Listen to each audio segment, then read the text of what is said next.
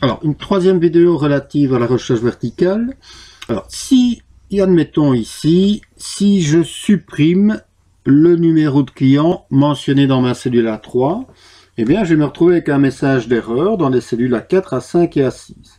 Pourquoi? Ben, tout simplement parce qu'il n'y a pas de correspondance.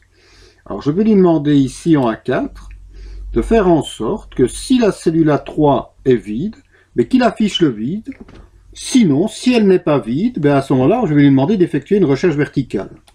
Donc, je vais combiner une fonction aussi avec ma recherche verticale. Donc ici, je vais lui dire, donc je suis en A4, hein, que si, j'ouvre la parenthèse, si ma cellule A3 est vide, alors est vide dans le langage Excel, c'est égal guillemets guillemets. Donc si A3 est vide, alors, tu mets le vide. J'ouvre les guillemets, je ferme les guillemets.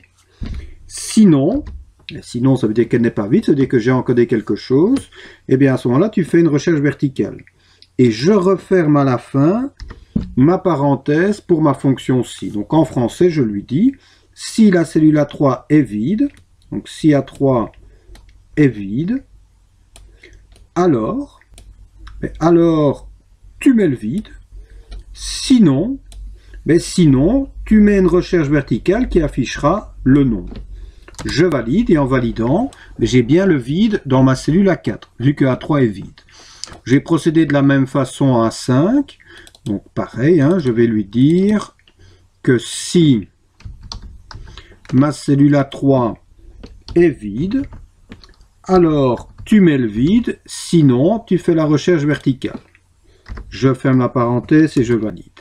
Et je vais faire de même en A6, je vais lui dire que si de nouveau ma cellule A3 est égale au vide, alors tu mets le vide, sinon tu fais la recherche verticale. Et j'oublie pas tout à la fin de refermer ma parenthèse.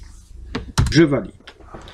Et donc ça veut dire que lorsque je choisirai un numéro de client, les coordonnées du client apparaissent.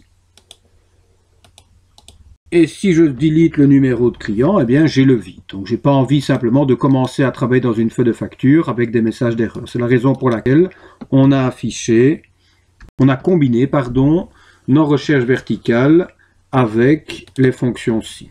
Voilà, je les mets ici, comme ça vous pouvez faire pause éventuellement. Oui, juste une petite remarque, j'aurais normalement dû figer la cellule A3 pour pouvoir glisser. Le problème, ici, glisser, c'est assez embêtant parce que j'aurais dû de nouveau reconcaténer ici les deux recherches verticales pour avoir le code postal et la ville. C'est la raison pour laquelle je n'ai pas glissé ma fonction. Voilà.